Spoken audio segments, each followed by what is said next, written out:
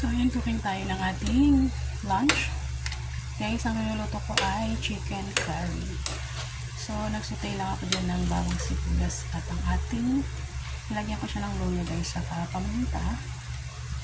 And then, konting patis, nilagyan ko na para maluto sa ating chicken. So, sutay-sutay muna natin to hanggang sa ma-absorb ng chicken yung ating mga pampalasa. So, sutay-sutay natin yan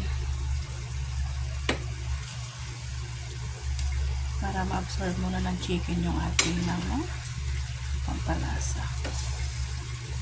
So, yan. Cover ko muna yan guys para ma-loot.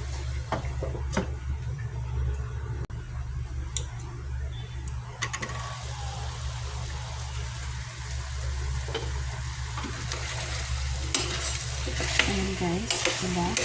Na-absorb na ng ating chicken yung mga pampalasa. So, lalagyan na rin natin ngayon ng ating curry powder para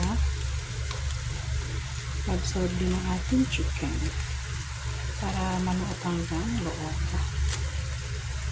Ito lang guys yung binili ko. Nakalagay lang sa pack.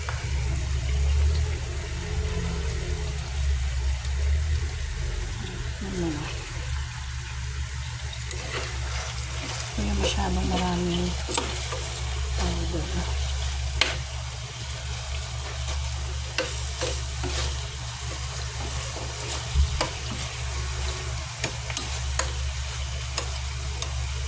Sutay-sutay lang siya. Meron pa rin guys. Bago natin siya lagyan ng water. Hindi ko masyadong curry, baka pumaot yung ating chicken curry. Ito na lang mag-adjust na. So yun. Pag yun na guys, lagyan ko na siya ng water. Ayan. Pakukulan natin yan guys.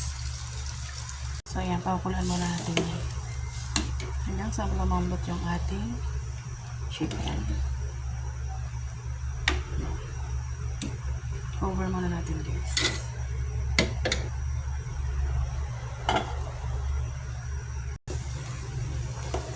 So yan guys, kumukulo na. Para na rin tayo nilagay na chili. Para pampagana. Charot. So kasi medyo manghang ang ating curry.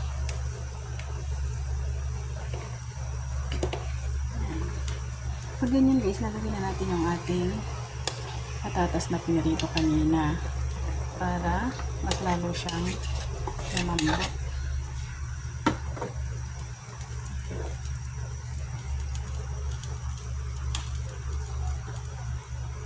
So, pakulong din muna natin yan ulit guys hanggang sa tumuyo yung sabaw.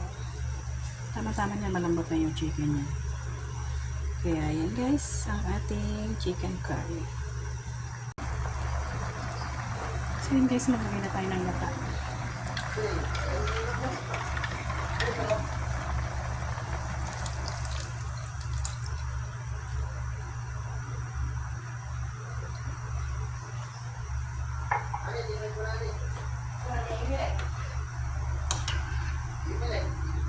Yan, pakukuluan muna natin to guys. And then, paputoy natin ng konti. Then, that's it. Yan ang ating chicken curry. So, pakuluan muna natin guys. Ang ating curry. Konti na lang yung water niya. And then, malambot na yung ating patatas. So, nagtunaw ako ng kaunting cornstarch para lalong lumapot yung ating curry. Then, tinikman na rin natin siya guys. Tama na yung kanyang timpla. So, lagyan natin yung konting cornstarch.